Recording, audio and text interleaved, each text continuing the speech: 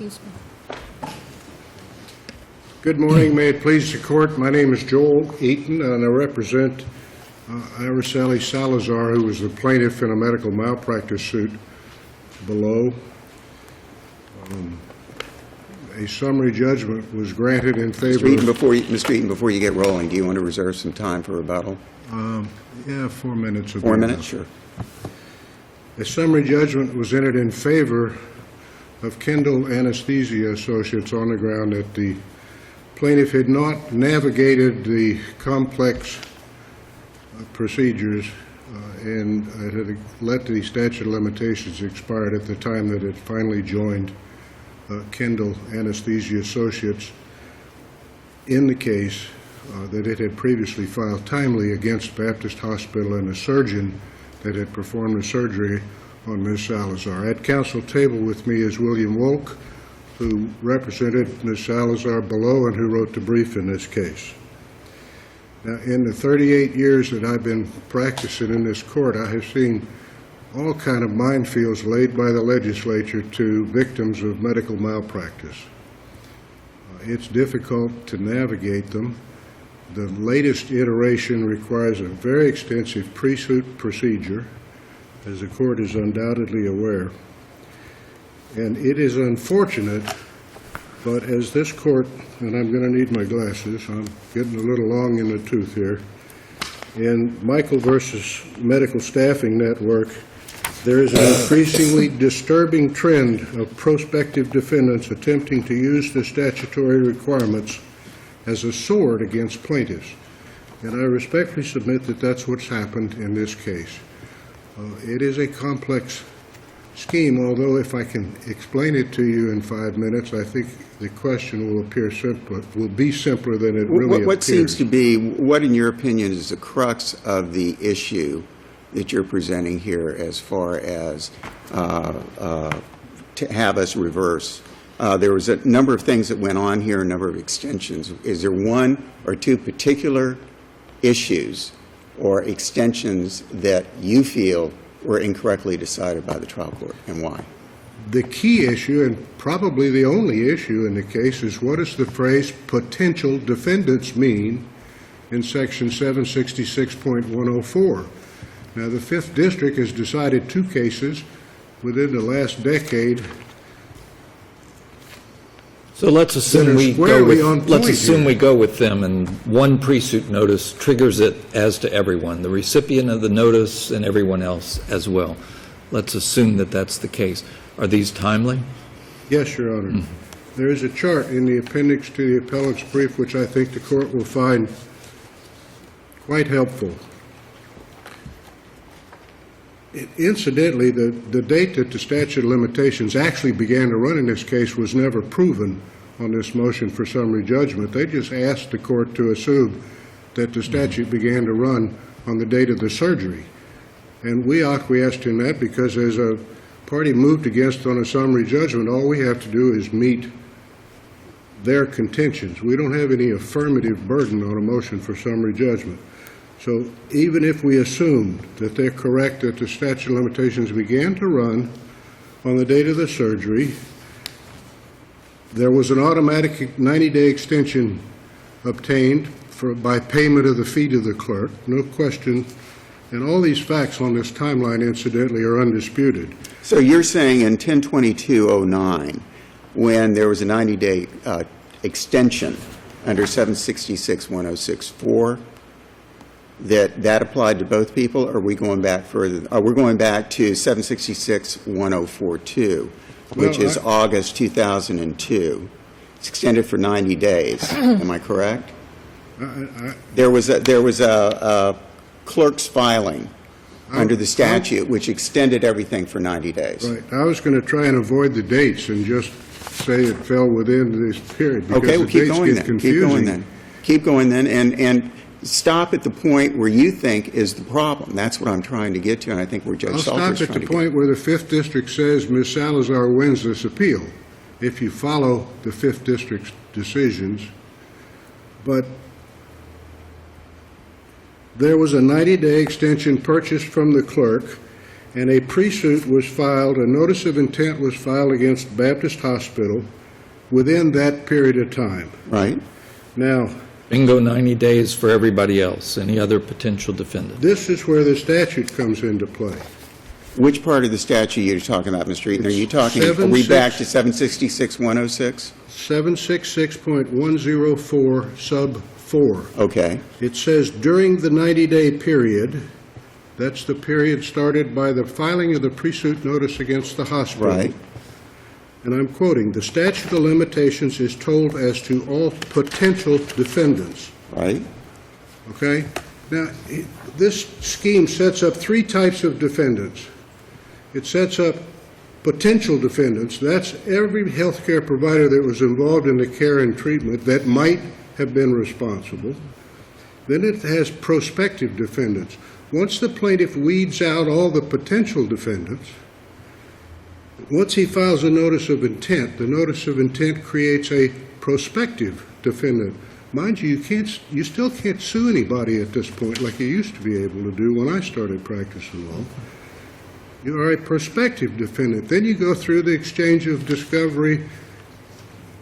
Plaintiff gets to decide whether he wants to proceed. The defendant gets to, the prospective defendant decides whether he wants to settle. And if at the end of that 90-day period nothing happens or arbitration hadn't been demanded, the plaintiff now files suit, and you got a actual defendant. So you have potential defendants, prospective defendants, and actual defendants. Now, the legislature was sensitive to the fact that all of these pre-suit procedures that it stuck within a 2-year statute of limitations required time.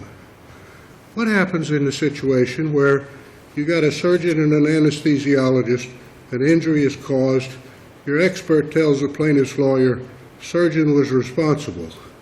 Okay, you have weeded out everybody else in the potential defendant pool. You file your notice of intent against the surgeon. The surgeon now, in this 90-day period, which incidentally was extended again by agreement of the hospital, says, oh, it wasn't my responsibility, that was the anesthesiast's responsibility. Okay, we learned something from the surgeon. But the statute of limitations, is it running against the anesthesiologist? Oh my goodness, I now got to go out and find an anesthesiologist who's willing to testify against another anesthesiologist and give me an affidavit that the anesthesiologist committed malpractice. That's going to take time.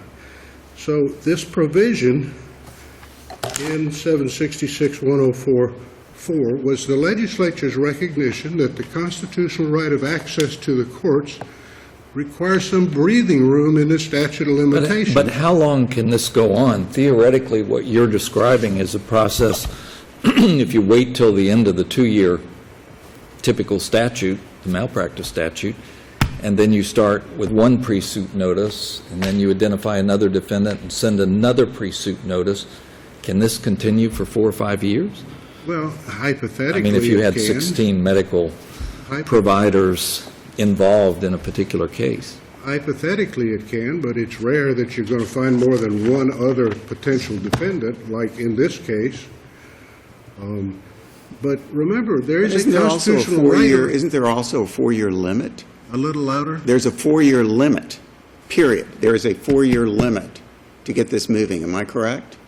Under 95.11, there's a 4-year limit. So you can tack on and tack on and tack on, but eventually you're going to fall over the edge to where you have the 4-year statutory limit no matter what you do. That might be true. I don't believe that particular question has been resolved by the appellate courts of the state yet, but It hasn't, because there hasn't been It hasn't, but isn't that the way that the statute reads?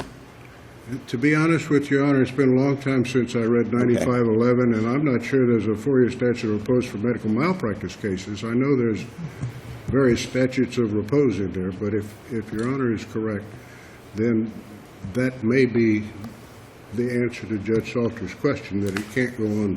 Well, just one more question quickly. The stipulation is really irrelevant to this analysis, right? The stipulation with Baptist Hospital whereby Baptist extended the statute. That's really irrelevant to your analysis, isn't it? That's an alternative position, Your Honor. But under that position, are you seriously arguing that a stipulation with Baptist would extend it to others who didn't sign the tolling agreement or the stip?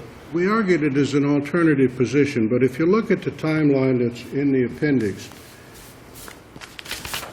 the pre-suit was timely filed with respect to Baptist, and it extended the time out to here. And the statute of limitations with 30 days remaining therefore began to run at the end of that 90-day period. And within that 30 days and the extra 90 days granted by the first pre-suit notice to Baptist, this suit was timely filed when you tack on the extra 60 days provided by Rule 1.650B. Now, the alternative is the top line of this chart, and it says when the 90-day pre-suit runs out on the notice of intent to Baptist Hospital, and the Baptist Hospital agreed to another extension, then this suit was clearly timely filed. Now, I'm not at all reluctant to argue that the agreement with Baptist and the plaintiff to further extend the statute of limitations also makes this case timely filed. But you don't need to have that. Your argument is you don't need that because every time there was a tolling, it applied to the defendant. That's our principal position. But even the second extension that Baptist granted is covered by the plain language of 766-1044. During the 90-day period, the statute of limitations is told as to all potential defendants. Upon stipulation by the parties, the 90-day period may be extended, and the statute of limitations is told during any such extension. What do you think they mean by stipulation by the parties? Who do you think those parties are? That's what she's going to argue to Your Honor. Good segue. My response is that the plain language of the statute gives you that additional 90 days. All of your categories of prospective and potential. Remember, we're talking about a constitutional right of access to the courts in which the legislature has created an absolute minefield for the plaintiff to navigate to exercise that constitutional right. And I say, as the Fifth District said in the Burbank case and the Cora Health Services case, decided back in 2002, that our suit was timely filed because of the fact that the statute of limitations was told as to all potential defendants. That's what the statute says. Rules of construction, you have to give a liberal construction to this statute in favor of the plaintiffs because of the constitutional right of access to the courts. Settled. Plain and unambiguous language you have to enforce, whether you think it makes a whole lot of sense or not. Where the legislature uses different terms in the statute, which they did here, potential defendants, prospective defendants, you have to assume that the legislature meant that the two terms meant two different things. And finally, the legislature is presumed to be aware of the judicial construction of a statute when it reenacts a statute and doesn't change it. These two Fifth District cases came out in 2002. Chapter 766 has been amended 2 or 3 times since then. They have not changed the language. If you are to hold, as the defendant's going to argue to you, that a notice of intent given to a prospective defendant does not toll the statute of limitations to all the people that may be discovered during the pre-suit against the first person served with the notice of intent, and now I've lost track of my train of thought, then you're going to get all kind of fab-rate defendants, that problem you're familiar with, that are disclosed by the hospital in this case. You're going to get the hospital saying, I didn't do it, he did. At some point, you've got to protect the plaintiff from all of this stuff that's happening while the statute of limitations is running, and the legislature has chosen to do that by tolling the statute until certain time periods. Mr. Eaton, we've let you go way over. I'll still I allow always you to have go a way couple of over. minutes for rebuttal, I don't okay? get to come out here often, you know. I'm happy to be here. It's a pleasure Thank to have you you. very much. Counsel? Good morning. What's the crux of the problem here? Well, I think that the only argument that the plaintiff has made of the 5 that they presented in their brief that really merits any discussion is whether or not serving Baptist and the surgeon with the notice of intent tolls the statute as to my client. Whether that triggers the running of a 90 Exactly. days. Because if it does, it was timely. And Why doesn't it? Point me well, to... because unfortunately, when Mr. Eaton was arguing, he was suggesting to the court that a potential defendant is somebody that may be discovered during the investigation that's going on with the defendants that have already been placed on notice.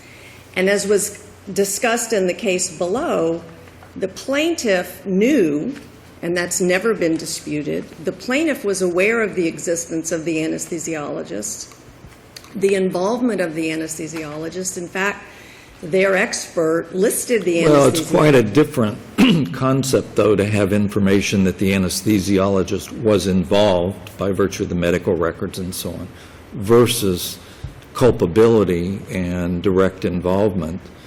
I agree with fault. you. I agree with And so you. doesn't it seem that that first extension on the pre-suit notice is encouraging further exploration, discussion, and then bringing anybody else in who may be responsible? I agree with you if the plaintiff was not aware and the plaintiff had an expert that told them that the anesthesiologist may have departed from the standard Can you of point me care. to a case I'm can you point me to a case that supports your proposition on that? That the tolling works in one situation but doesn't work in another? I'm not sure I understand what you Well, mean. I'm gathering what you're saying is that they can't take advantage of the tolling because the plaintiff was aware of your client. Am I correct? Yes, but it's not a case. I just call your attention to the statute. Well, where I'm having a problem, I think, along with everybody else, with this statute is the use of the language potential and prospective. Yes. And apparently, the legislature purposely, that's what we're told, used 2 different words there for a particular reason. And prospective appears to me, I'm telling you where, appears to me under 766-106, prospective applies to somebody who is notified and put on notice, and it tolls for all potential defendants. There's 2 different words there. When you look up potential in the dictionary, it says somebody that's a possibility. Doesn't mean somebody that's been served or put on notice. I agree, Judge, but I also call your attention to subsection 2 of 766.106. Subsection 2? Yes, sir. And I think you need to read the entire statute, or Right. the statute in its entirety. And Right. what's going on is that the plaintiff is given an opportunity to conduct their pre-suit investigation. And in this case, they purchased another 90 days to allow them Right. to do that. Which they can do, and it Absolutely, extends. absolutely. But according to the plaintiff's own calculations as set forth in their brief, the timeline that Mr. Eaton was talking about, by purchasing that 90-day extension, the statute of limitations then ended on November 20th, 2009. And so, But in subparagraph 2, the reference to each prospective defendant simply means that a pre-suit notice still must be sent, in this case, to the anesthesiologist, right? yes, sir, and Okay, that's my point. So they're not relieved of that obligation, but it doesn't seem to rule out an extension of the tolling period. It doesn't, and I think that that's where, if you look at the Burbank case and you compare that to our case, that's where I believe that why the 5th District allowed the plaintiffs to proceed against Dr. Saltzman in the Burbank case, because the only time the plaintiff became aware of the existence of Dr. Saltzman was during the pre-suit investigation that they were conducting with Well, but the first again, several the question defendants. would be existence versus culpability. Those are two separate inquiries, two separate determinations, it seems to me. But the plaintiff has an obligation under the Presuit Statute. This isn't a minefield. This is very clear in the language, and this has been the law for a long time. After completion of Presuit investigation and prior to filing a complaint for medical negligence, a claimant shall notify each prospective defendant by certified mail of their intent to initiate litigation. In this case, contrary to the Burbank case, the plaintiff knew not only of the existence of the anesthesiologists, but of their potential culpability. And so according to the statute, they had the mandatory obligation to place us on notice at that time. They don't get to go out and they don't get to decide, oh, well, we knew about them, we knew that they could potentially be at fault, but we're just going to we're just going to place 2 of the 3 on notice and continue our investigation, which is what the plaintiff has done. They've not given the court any reason why they arbitrarily decided not to sue my client. And that's the argument, is that, and that's really what Judge Butchko, I believe, in the transcript made clear. That's how she distinguished our situation from the Burbank case, because the plaintiff knew in Burbank and had they an did. expert that said that we may be at fault. So They you don't think, have you the think right. Burbank and the other Fifth DCA decisions are distinguishable, and we would not need to certify conflict? I don't believe so, Judge, and I think you could easily, even according to the plaintiff's reply brief on page 4, where they talk about the difference in the meaning between prospective and potential. The word prospective has an altogether different meaning, they say. It means expected or expecting to be the thing specified, likely to happen. At the end of their pre-suit investigation, my client was no longer a potential out in the universe somewhere. They really were a prospective defendant, and they should have been notified. There's no reason why we weren't notified. I'm still having a problem. I understand your argument, and it's a very compelling argument. I'm still having a problem. If I had to write an opinion on this, what am I going to cite? What am I going to hang my hat on? 766-106 subsection 2. After completion of pre-suit and prior to filing a complaint for medical negligence, a claimant shall notify each prospective defendant. My client was a prospective defendant, just as the hospital was a prospective defendant, just as the surgeon was a prospective defendant. This was not a situation where, in the universe of people who may have been involved, they had no idea that we might be partially at fault. If during pre-suit, for example, they found out that some additional doctor walked into the room that nobody knew about, that's a potential defendant. So then are you saying that every time this question comes up on the extension of time and a statute of limitations, this is just a factual question I need, is your point being that there needs to be an evidentiary hearing to make a determination whether or not the plaintiff was considering the defendant to be potential or prospective, why? It shouldn't, because it seems Well, isn't clear. that what you're telling us? No. Isn't that what you're arguing? I don't believe you. Well, then mean- how I do- think how do there you- was an evidentiary hearing. There was an But how do you hearing. decide that then? How do you decide that if you don't have an evidentiary hearing? Is a trial judge then going to say, I've got 2 very credible attorneys, like the group that's here in front of me, but you're telling me X, Y, Z, so therefore I understand what you're saying and I'm going to rule this way. Well, Judge, at the hearing below, that was exactly what happened. There was a discussion. The facts were discussed. The fact that the plaintiff knew that we existed was conceded. That was the whole reason Judge Butchko ruled that. But why should that be the case? Why shouldn't the pre-suit inquiry be open and more broad and go beyond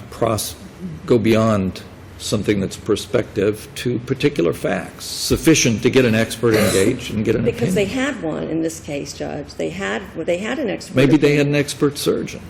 I'm sorry? Maybe they had an expert They surgeon. did, but the qualifications of the expert wasn't an issue below. And the fact is, whether it's a surgeon or an anesthesiologist, they had a doctor telling them that the anesthesiologist may have been involved, and they chose not to put us on notice. Is there a document that's in the record that says that?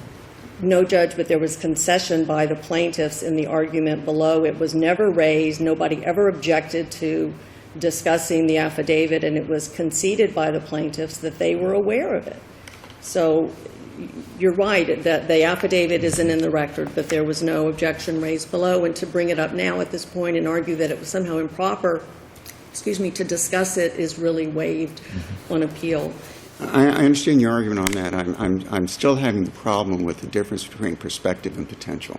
And unfortunately, that's what the statute has. It has those two different definitions, and I concede that they're problematic, but I think you don't need to define potential as including these anesthesiologists, because they were prospective really at the time that the notice of intent was Then how do we initiated. define potential?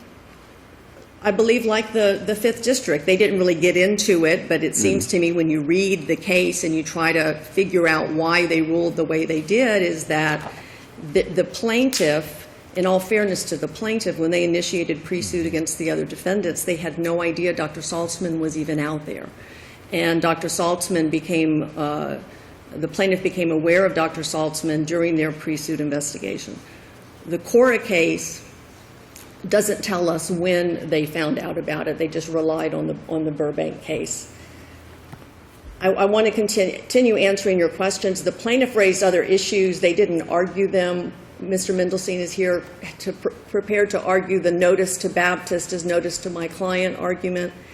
Very briefly, if that's true, if serving the notice of intent on Baptist somehow bound my client, then there was no need to place us on notice. When you talk about minefields, that looks like, that looks like a minefield. So I don't need that. I need to address that issue, Mr. Mendelstein. I didn't reserve at the beginning, but if there is time and you would like us to address that issue, Mr. Mendelstein is here prepared to argue. Okay. Thank you very much. Thank you. Thank you, counsel. Thank you. May I have 1 minute, Your Honor? Sure.